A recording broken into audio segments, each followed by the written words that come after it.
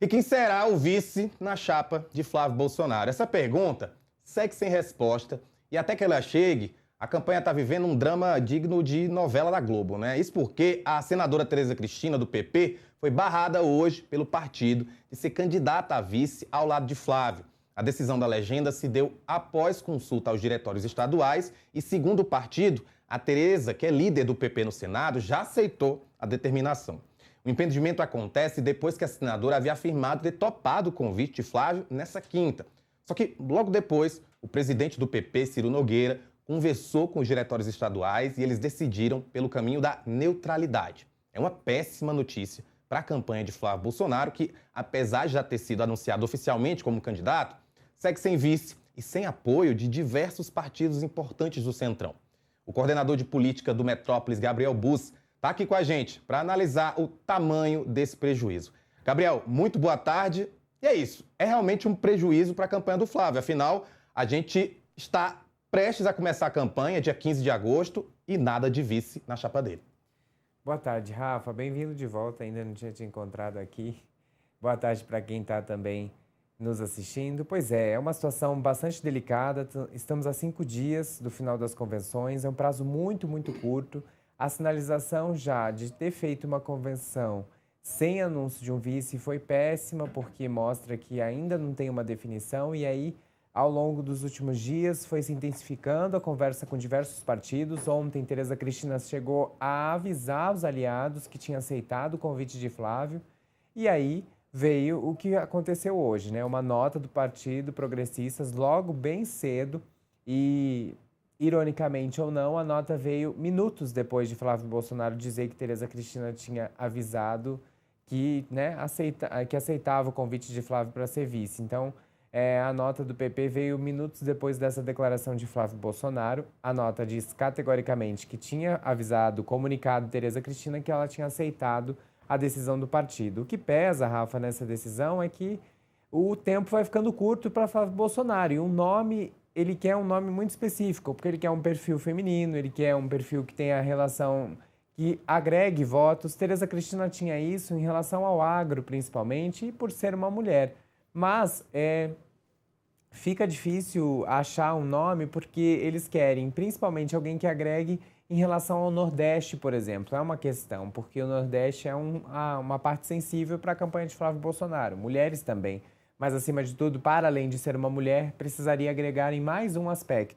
E aí eles não estão encontrando esse perfil. Ou encontram e dão ali com a cara na porta, se a gente pode dizer assim, que foi o que aconteceu com Tereza Cristina, é o que acontece um pouco com Daniela Marques também, que é um nome bastante preferido ali pela campanha de Flávio Bolsonaro, mas falta o acordo com republicanos que neste momento ainda tende à neutralidade.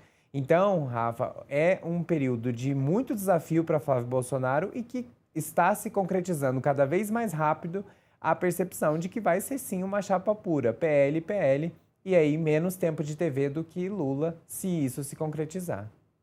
Outro ponto importante dessa chapa pura que você citou é o fato de que o Flávio Bolsonaro também mudou de marqueteiro novamente, trouxe aí um marqueteiro que já tem história dentro do PL, já fez a campanha do pai dele em 2022, o que é um aceno a esse bolsonarismo mais raiz. Você acredita que uma chapa pura, independentemente do fato de que, como você disse, o tempo de TV vai ser menor, ela pode trazer alguma vantagem, já que o Flávio Bolsonaro está prezando conquistar votos desse meio aí, desse pessoal indeciso. E o bolsonarismo já está convencido, né? Exato, Rafa. É uma nova tática que Flávio Bolsonaro vai adotar, embora ele tenha dito que não era um problema, que na verdade só estava ali sendo convencido pela campanha. É claro que a comunicação é uma questão hoje para Flávio Bolsonaro. Há um grande desafio ali da campanha de tentar vencer todas essas crises que foram criadas ao longo dos últimos meses. E aí, Duda Lima chega no momento que a campanha do PT passa por uma fragilidade, né? Você tem uma investigação agora contra o filho do presidente Lula, você tem Jacques Wagner aí com novas revelações em relação ao caso Master. Portanto, é o momento, de fato, de Flávio Bolsonaro usar para contra-atacar e surfar nessa nova negativa que a campanha de Lula está passando. E esse é o momento. Então, Duda Lima chega exatamente nesse momento. Ele que fez uma campanha que, embora não saiu vitoriosa das urnas em 2022, foi uma campanha que fez muita diferença, uma vez que Jair Bolsonaro saiu de 43% no resultado do primeiro turno para 49% no segundo turno. Teve uma margem de votos do primeiro para o segundo turno muito grande. Lula não conseguiu ampliar tanto esses votos, ficou bastante reduzido. Então, é um nome conhecido pelo bolsonarismo e, como você disse, Rafa, pode sim ajudar a dialogar. Agora, a campanha de Flávio, quem está ali nos trackings diários, diz que ele precisa adotar um pouco mais de moderação para voltar ao que Flávio foi ali em janeiro, por exemplo, fevereiro, março. Se ele ficar nesse radicalismo, pode perder votos do centro. Então, provavelmente, Duda Lima também deve abordar essa questão com ele. E por ser uma pessoa experiente dentro do marketing político, deve ser a pessoa a fazer convencimentos, ou seja, aconselhar de forma mais responsável Flávio Bolsonaro, e a gente vai perceber ali possíveis mudanças na campanha daqui até, de fato, o dia ali 16 de agosto, que é quando começa a campanha na rádio e na TV, né, oficialmente. O Bozo, a gente sabe que o Ciro Nogueira, que é presidente nacional do PP, o partido da Tereza Cristina, ele foi um dos primeiros nomes, grandes nomes da política brasileira, que foi envolvido no caso Master. E quando isso aconteceu inicialmente, o Flávio Bolsonaro chegou a se distanciar do ex-ministro do governo do pai dele, disse ali que não tinha, né, tentou se afastar dessa imagem de Ciro Nogueira. Pouco depois, a gente viu que Flávio Bolsonaro também tinha envolvimento com Daniel Vorcaro quando vazou o áudio em que ele pede dinheiro para bancar o Dark Horse. Diante desses fatos, como é que o mundo político tem enxergado esse comportamento de Ciro? Há aí também uma certa forma de barganhar com Flávio Bolsonaro por conta desse abandono anterior? Ou pode ser simplesmente uma forma de se vingar desse comportamento de Flávio, desse suposto abandono que aconteceu por conta do caso do Banco Master? Rafa, tem uma questão, obviamente, em relação ao Master, porque ficou muito evidente ali que houve uma mágoa e essa mágoa ainda não foi completamente resolvida. Por quê? Ciro foi alvo da operação da PF, teve toda aquela questão, Flávio se distanciou e logo depois vieram as revelações do Dark Horse, que mostravam relação de Flávio Bolsonaro com Daniel Vorcaro. Eu acho que isso pegou muito mais para Ciro Nogueira do que a própria forma com que Flávio fez ali no início. Eu acho que magoou nesse ponto, porque quando Flávio tenta se distanciar, geralmente o aliado entende por uma questão estratégica eleitoral, e aí depois vieram revelações que ficaram mais evidentes, que era um candidato que pregava ali, um pré-candidato que pregava ali todo um moralismo em relação a Daniel Vorcaro, e depois ficou demonstrado que tinha relação com Daniel Vorcaro. Isso pegou muito mal para Ciro Nogueira, ainda não engoliu completamente isso. Mas, para além disso, Rafa, existe o quesito eleitoral. Ciro Nogueira está no final do mandato como senador da República, é de um estado extremamente lulista, um estado que deu maior porcentagem de votos para Lula ali em 2022, é o Piauí, né? Cerca de 70% dos votos do estado foram para o presidente Lula, e ele vai tentar se reeleger por esse estado ao Senado, para inclusive manter o foro privilegiado, por exemplo. Então, é um estado desafiador para Ciro Nogueira, ele que está ali em segundo nas pesquisas, às vezes em terceiro, a depender do instituto, então não é uma disputa fácil. E para ele fazer com que o partido fique neutro também é um benefício pessoal, porque ele precisa tentar aí vencer as eleições no estado lulista. É importante a gente lembrar, Ciro Nogueira foi eleito em 2018 com a bandeira do Lula, inclusive, né? Falando da campanha até de Lula livre, naquela época, já que o atual presidente estava preso em 2018. Então, 8 anos se passaram e agora Ciro Nogueira não quer colocar a bandeira de Bolsonaro na sua campanha, mas também não pode colocar a bandeira de Lula, uma vez que passou pelo governo Bolsonaro, então não quer se indispor com o bolsonarismo.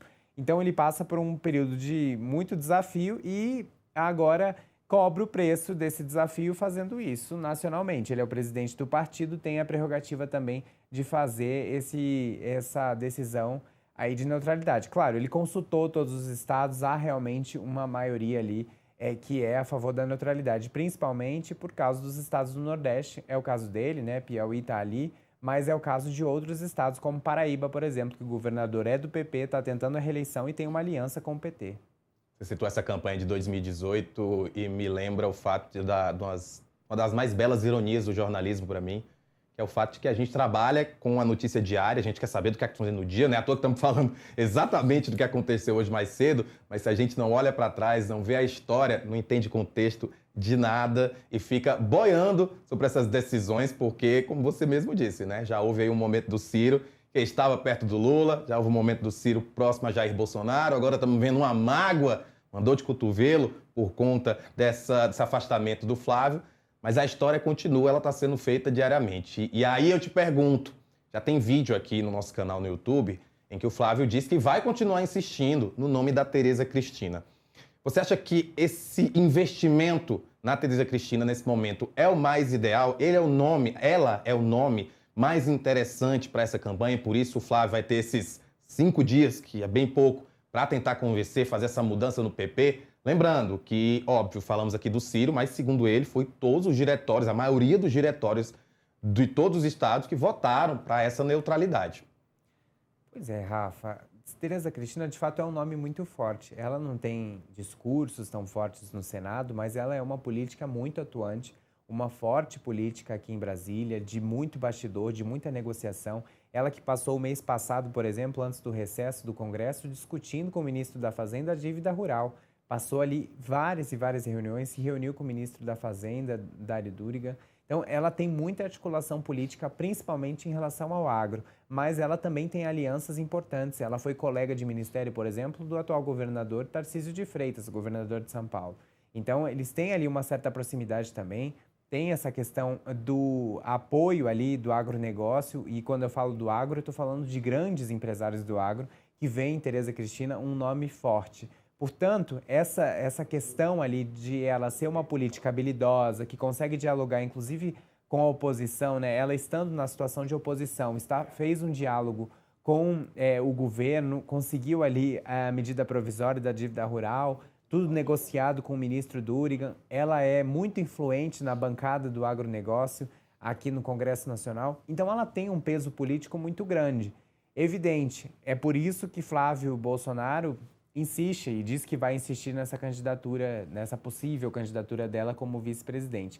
Agora, tem uma questão muito importante. Vai ser muito difícil vencer esse impasse na federação, porque o PP agora já anunciou e até desmarcou ali a convenção nacional. E para a gente ressaltar, Rafa, uma coisa importante, né, já que a gente está trazendo dados históricos, o PP sempre foi pela neutralidade nas eleições. A única exceção foi, de fato, 2022, que o PP fez uma convenção nacional e apoiou nacionalmente um nome para a presidência da República. Mas, anteriormente, o PP não tem esse histórico de fazer apoios nacionais. A 2022 foi uma exceção e isso pesa agora. E tem uma outra informação de semana passada, quando a gente entrevistou aqui no Metrópolis o Ricardo Barros, que é um nome também importante do PP. E ele falou que uma das decisões que estava pesando para os diretórios serem contra um apoio a Flávio Bolsonaro é a questão dos palanques estaduais. O PP foi rifado em muitos deles e um dos casos mais emblemáticos é Santa Catarina, Esperidião Amin, que vai tentar a reeleição pelo PP lá em Santa Catarina, e o PL insistiu em colocar Carlos Bolsonaro para disputar a eleição. Isso também incomodou e muito o PP. Portanto, não é uma equação tão simples. Flávio Bolsonaro agora tem um tempo curtíssimo e se o PP já anunciou que vai ficar neutro, União Brasil vai ter que caminhar da mesma forma, porque agora eles são federados. Portanto, já são 2 partidos desembarcando ao mesmo tempo dessa possível aliança. O que sobra, de fato, de grande partido ali do Centrão agora é o Republicanos, e é o que o Flávio Bolsonaro vai ter que insistir se quiser realmente aliança para não ficar numa chapa pura. Mas o tempo corre muito rápido e essa decisão está bem atrasada, já deveria ter sido feito um grande acordo